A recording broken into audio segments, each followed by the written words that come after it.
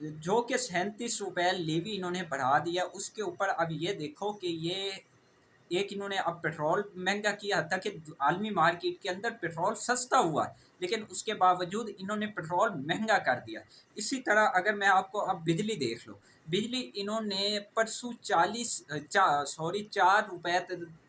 35 پیسے فی یونٹ اضافہ کیا۔ اب یہ دیکھو کہ یہ جا کے یونٹ تقریباً جو یہ اس منتھ آئے گا، اور یہ 35 ارب کا جو بوجھ ہے یہ تقریباً صارفین تک جائے گا۔ اب یہاں سے یہ دیکھو کہ جب یہ 4 روپے یہ اضافہ ہوگا تو کم از کم جو فی یونٹ ہے اس وقت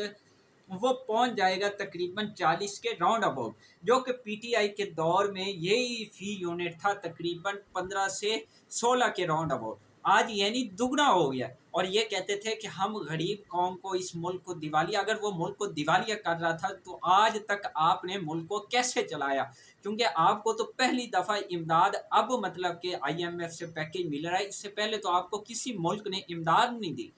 وہ بھی آرمی چیف صاحب کی انٹرفیئر کرنے کے بعد آئی ایم ایف کی طرف سے آپ کو یہ پیکیج ملا ہے۔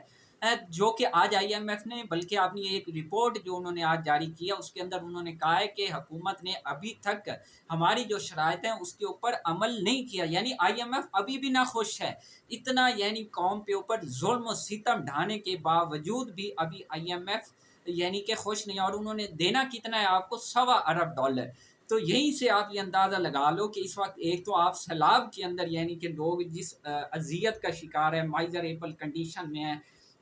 اس کے باوجود جب یہ والا سیٹ اپ یعنی کہ ان کے اوپر یعنی کہ مزید مہنگائی کا بوجھ پڑے گا تو وہ غریب تو پہلے در بدر ہیں۔ وہاں آج کچھ سوشل میڈیا جو ایکٹیوسٹ ہیں وہ یہ بتا رہے تھے کہ وہاں کی جو خواتین ہیں وہ حاملہ ہیں، وہ اس وقت بہت مائزریبل کنڈیشن میں ہیں۔ ان خواتین کو جو پریگننٹ ہیں، جو حاملہ ہیں، ان کو بیسک رائٹس نہیں مل رہے۔ تو اس قسم کی جو ان کو مسائل ہیں اس کے اوپر اگر آپ یہ دیکھو کہ اس کے بعد جب یہ سارا مہنگائی مزید بڑھے گی، جب یہ پیٹرول کے اوپر انہوں نے ابھی ڈیزل 10 روپے مہنگا کر دیا ہے، تو وزیر اعظم کہہ رہے ہیں کہ یہ ہماری مجبوری ہے۔ تو بھائی جب وہ عمران کر رہا تھا تو پھر اس وقت کیا تھا؟ اگر آج مجبوری ہے تو وہ اگر عمران کر رہا تھا تو وہ بھی تو پھر مجبوری تھی نا۔ تو سمجھو میرے کہنے کا اصل مقصد یہ ہے کہ ہماری کوئی بھی حکومت آئے وہ ایک دوسرے کو بلیم نہ کرے، وہ قوم کے لیے پریکٹیکل جو چیز ہے وہ کرے۔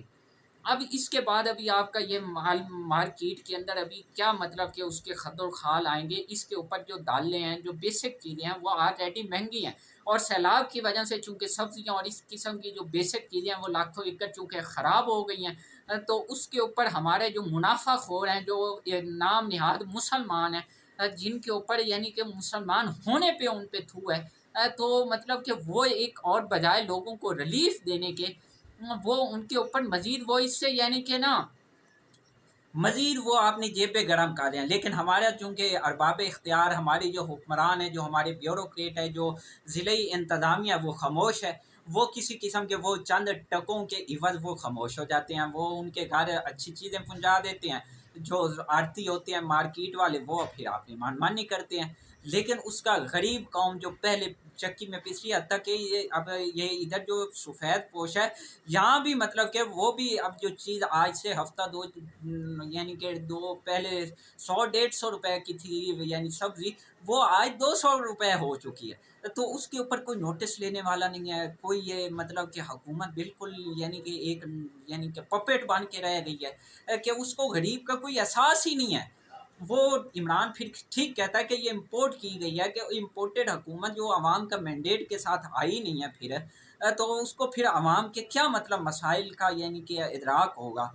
تو میرے خیال میں حکومت کو اس حوالے سے سوچنا چاہیے کہ ایک وہ پہلے یعنی سیلاب کی وجہ سے پھر یہ سارا، تو تھوڑا قوم کے اوپر رحم کرے، اور ایک اچھی کم از کم، چلو یہ ایک مشکل ہے لیکن جو اشیاء خرد و نوش ہیں، جو بیسک چیزیں ہیں، جو سیلاب زندگان کی جو بیسک رائٹس ہیں ان کو تو پروٹیکٹ کرے، وہ تو ضلعی انتظامیہ کے تھرو ان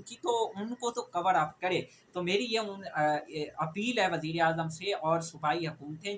کسی بھی پارٹی کی ہیں وہاں حکومتیں، چاہے وہ سندھ ہے یا پنجاب، کے پی کے، بلوچستان، جہاں کہیں بھی حکومتیں ہیں، ان کو چاہیے کہ وہ